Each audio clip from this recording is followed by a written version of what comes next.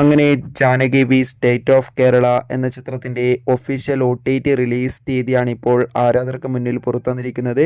ആ ഒരു അപ്ഡേഷനാണ് നമ്മൾ നോക്കാൻ പോകുന്നത്. വീഡിയോയിൽ മുൻപ് വീഡിയോ ലൈക്ക് ചെയ്യുക, ചാനൽ സബ്സ്ക്രൈബ് ചെയ്യുക. ഓഗസ്റ്റ് മാസം ധാരാളം ചിത്രങ്ങൾ OTT റിലീസ് ചെയ്യും. നമ്മുടെ ചാനൽ ഭാഗം പരിശോധിച്ചാൽ ആ വീഡിയോയ്ക്ക് നിങ്ങൾക്ക് കാണാൻ വേണ്ടി സാധിക്കുന്നതായിരിക്കും. സുരേഷ് ഗോപി, അനുപമ പരമേശ്വരൻ, മാധവ് സുരേഷ് എന്നൊക്കെ പ്രധാന കഥാപാത്രങ്ങളായ ചിത്രമായിരുന്നു Janaki V state of Kerala. അത്യാവശ്യം ഒരു വിജയം ചിത്രത്തിന് സ്വന്തമാക്കാൻ വേണ്ടി സാധിച്ചിട്ടുണ്ട്. അതുകൊണ്ട് തന്നെ ഏവരും ഏറെ ആകാംക്ഷയോടെ ചിത്രത്തിൻ്റെ OTT റിലീസിനായി കാത്തിരിക്കുകയായിരുന്നു. ഫൈനലി ചിത്രത്തിൻ്റെ OTT അവകാശങ്ങളൊക്കെ വിറ്റുപോയിരിക്കുകയാണ്. Janaki V state of Kerala എന്ന ചിത്രത്തിൻ്റെ OTT അവകാശങ്ങളൊക്കെ C5 എന്ന OTT പ്ലാറ്റ്ഫോമാണ് സ്വന്തമാക്കിയിട്ടുള്ളത്. ചിത്രം ഓഗസ്റ്റ് 15 തീയതി ആയിരിക്കും OTT റിലീസിനെത്തുക.